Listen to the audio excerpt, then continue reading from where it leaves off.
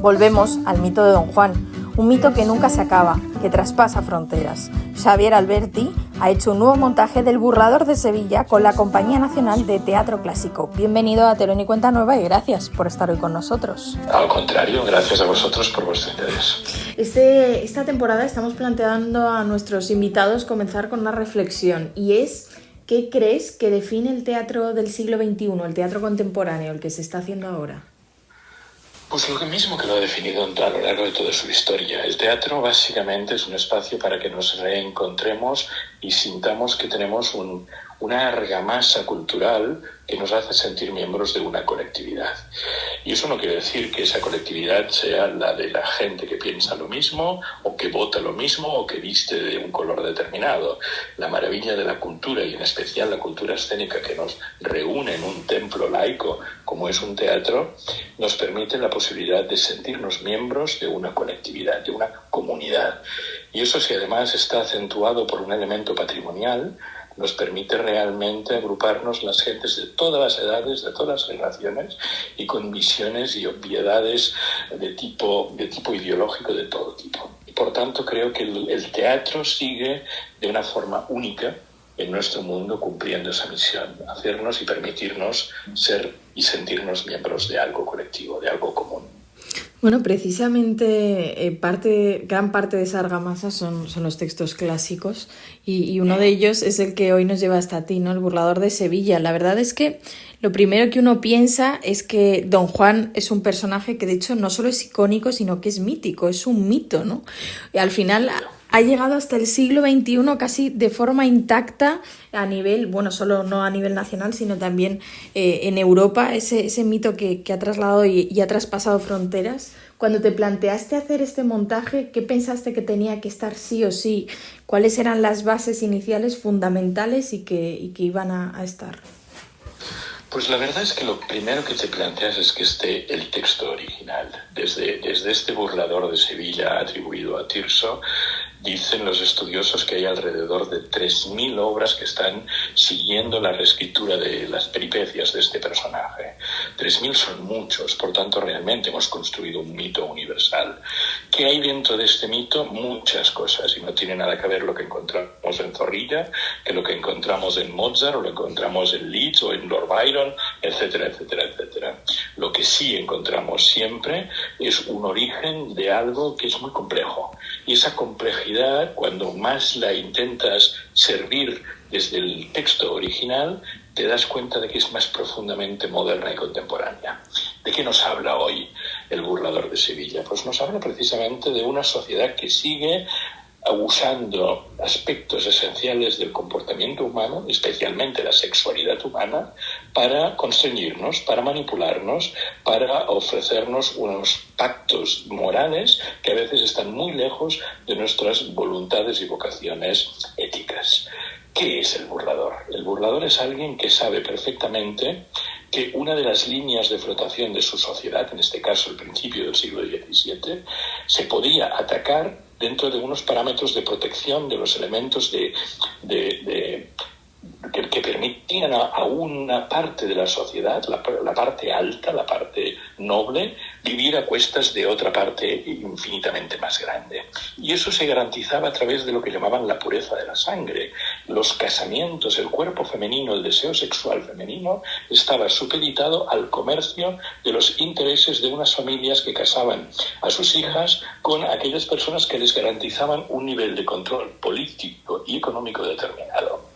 Y la obra lo que hace es enseñarnos que burlar eso, que pervertir eso, es una forma dolorosísima sin duda alguna, pero una forma de intentar cambiar las conciencias de cómo aceptamos unas determinadas moralidades y podemos construir unos determinados preceptos éticos mucho más individuales y mucho más libres. Afirmar esto es grave, porque la gente que nos dice el burlador finalmente es alguien que está violando mujeres. Claro que sí. Es alguien que lo está haciendo, pero es alguien que lo hace no solo buscando un placer sexual. No hay ni un solo verso en la obra de Tirso que hable de ese placer sexual, sino habla de la conciencia de que burlar es una forma de entregar conciencia de cómo la sexualidad humana está siendo manipulada por el poder. Y a mí me parece que hoy en día aún necesitamos aprender cosas vinculadas a este burlador.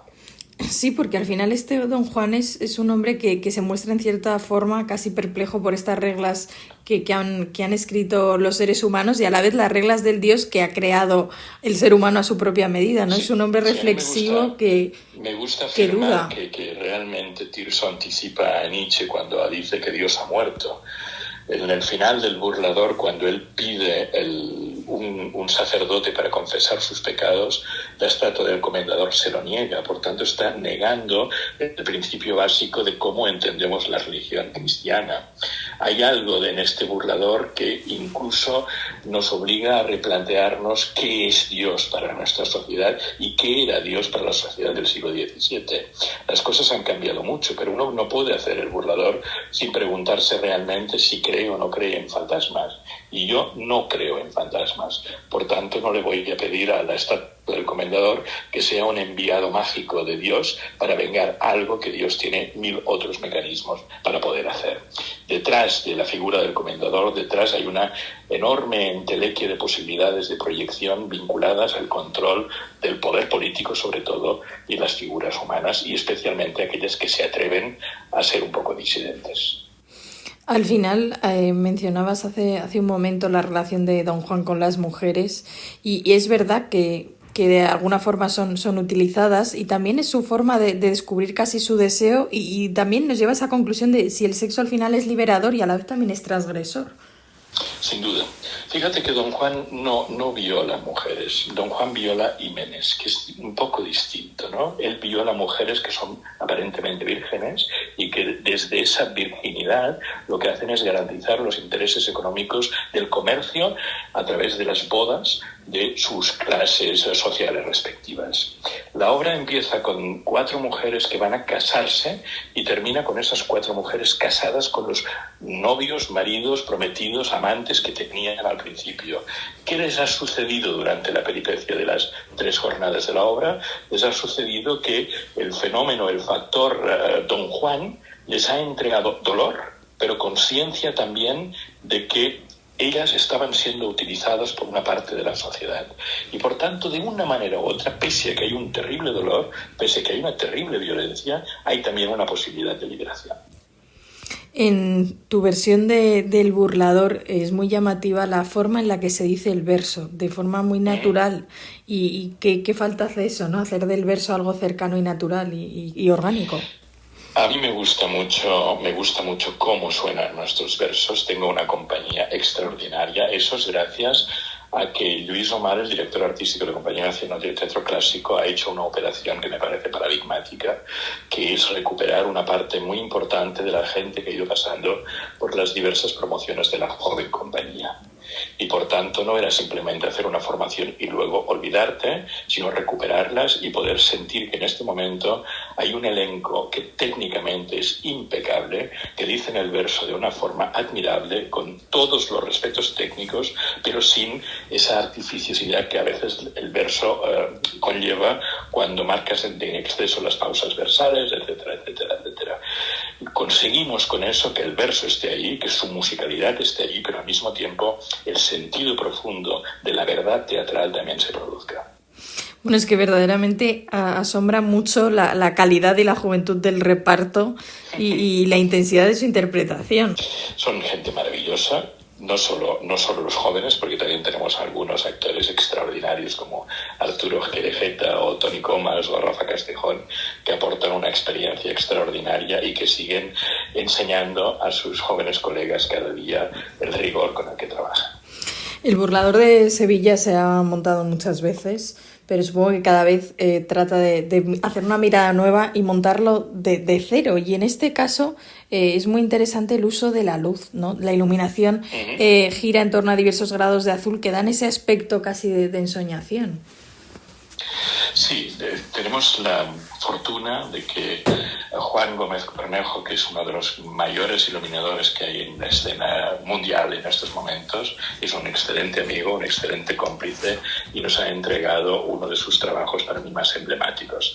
Realmente, solo para ver la maravillosa iluminación de Cornejo, vale la pena asistir al Teatro de la Comedia, y además, como muy bien has señalado y te agradezco, si además podemos complementarlo con este maravilloso trabajo técnico de los actores, pues la experiencia no es para nada fútil. Y una escenografía que es única y exclusivamente una mesa. Sí, a mí me gustaba mucho esta idea de la fundación del cristianismo basada mucho en el altar de la iglesia, que es una representación de una mesa donde se produce una cena. Jesucristo con sus apóstoles cenan y a partir de ahí instauran un rito y esa mesa de comer se convierte en un altar de celebración. Por tanto, esa gran mesa que preside la escenografía es un espacio que nos permite actividades domésticas, actividades profanas, actividades sagradas, acaba siendo un templo, acaba siendo una tumba, acaba siendo un comedor, acaba siendo el mar, acaba siendo infinidad de cosas sin perder nunca su capacidad polisémica de enseñarnos que hay un viaje entre una mesa y un altar que siempre sigue activo.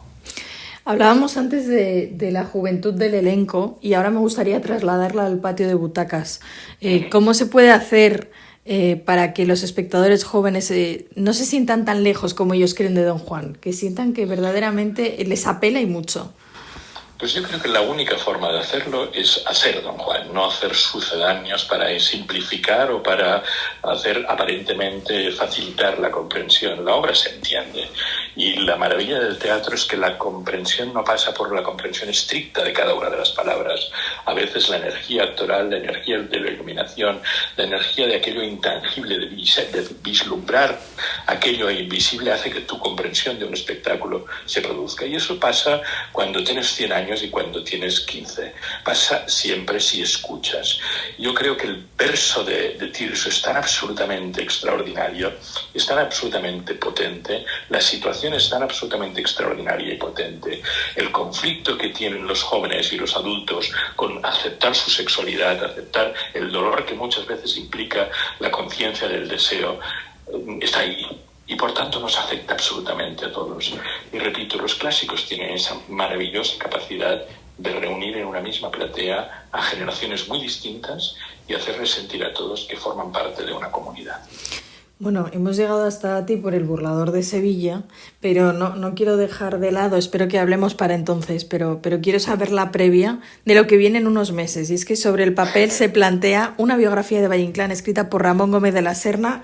Esto ya no es que me suene atrevido, es que esto es de otro mundo. Es un texto maravilloso. Ramón Gómez de la Serna escribió una maravillosa novela biográfica sobre su mirada única y exclusiva sobre esta figura única de la cultura dramatúrgica española, que fue dramatúrgica y cualquier otra, la poética, la literaria, la personal, la cívica, la incívica.